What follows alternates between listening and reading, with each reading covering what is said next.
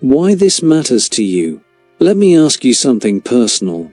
Have you ever woken up, gone through your entire day, and then stopped to wonder, what was the point of all that? You ate, worked, scrolled, maybe even laughed, but deep down, something felt missing. You're not alone. Millions of people live life that way, on autopilot. Friedrich Nietzsche, one of the most misunderstood philosophers in history, saw this coming over 100 years ago. He believed that most people live without real meaning, and it wasn't because they were weak, it was because they had been taught to survive, not to live deeply. In today's video, we're diving into 7 powerful insights from Nietzsche that explain why so many of us feel lost, and, more importantly, how to escape this trap and build a life of purpose, intensity, and meaning. This isn't just philosophy, it's fuel for transformation. 1. The death of meaning. Nietzsche's God is dead. Why the old systems collapsed, and what it means for us today. Let's start with one of the most shocking and misunderstood statements in all of philosophy. God is dead. God remains dead, and we have killed him. When Nietzsche wrote this in the 19th century, he wasn't making a joke or attacking people of faith. He was diagnosing a spiritual crisis that was just beginning to unfold, and which still affects us today. For centuries, religion gave people a foundation. It told them what was good, what was evil, what their purpose was. But as science advanced, and people began to question dogma, those old truths began to collapse. Nietzsche saw the decline of religion, not as liberation, but as a vacuum of meaning. If we no longer believe in divine purpose or objective morality, then what's left? He feared that in the absence of God, humanity would struggle to find anything solid to live for. Our culture would fall into nihilism, a bleak worldview where nothing really matters. That's what he meant when he said we had killed God, not literally, but symbolically. We had dismantled the belief systems that gave our lives structure, without replacing them with anything better. But here's what most people miss. Nietzsche wasn't saying this was the end.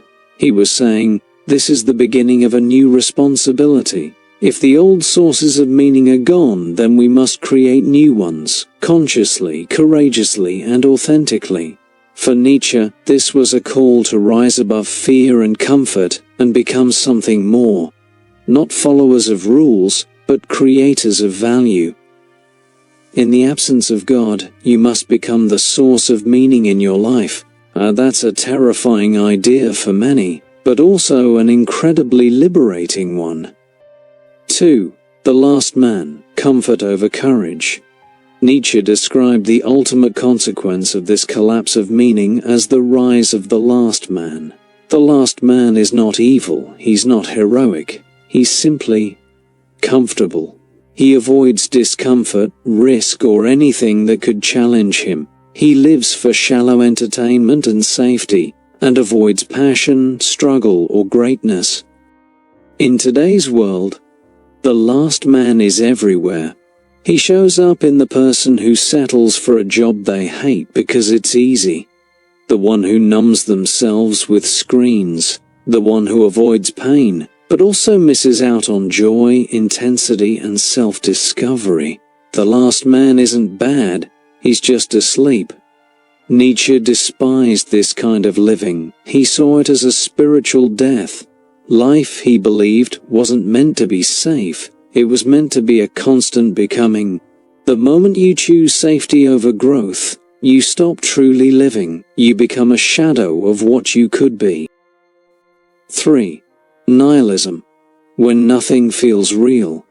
At the heart of Nietzsche's warning is nihilism. The sense that nothing has inherent value or meaning.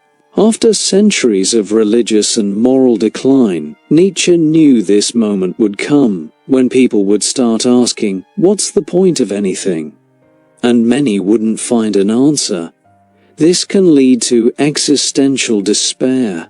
People either spiral into depression, or they turn to cheap substitutes for meaning, fame, money, status, social validation.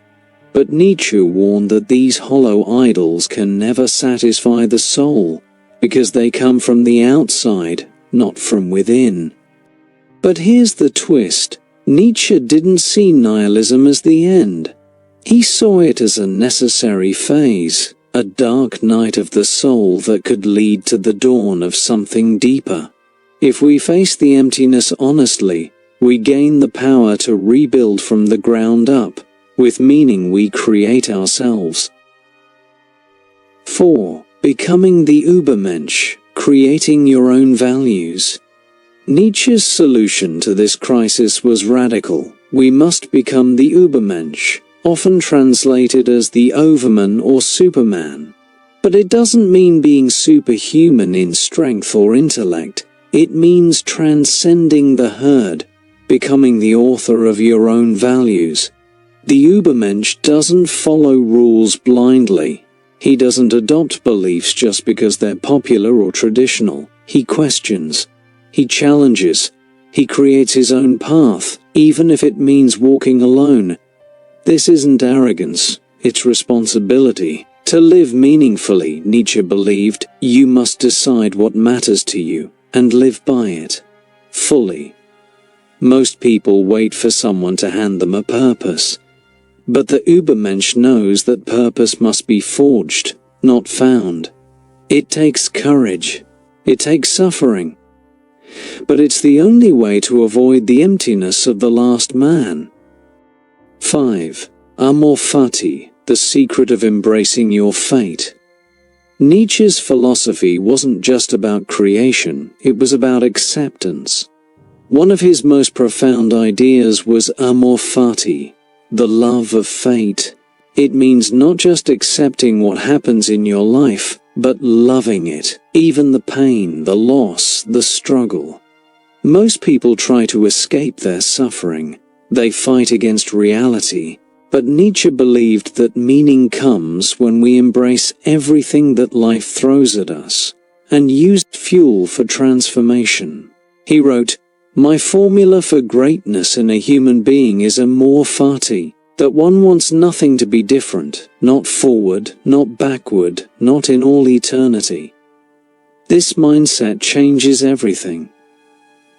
Suddenly your scars become part of your story.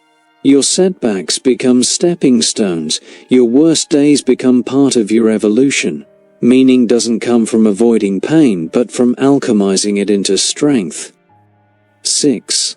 Life as a work of art, the aesthetic life. Nietzsche didn't want life to be moral, or logical, or productive. He wanted life to be beautiful. He saw the highest form of human existence as treating life like a work of art. That means living deliberately, with style, with intensity, and with passion.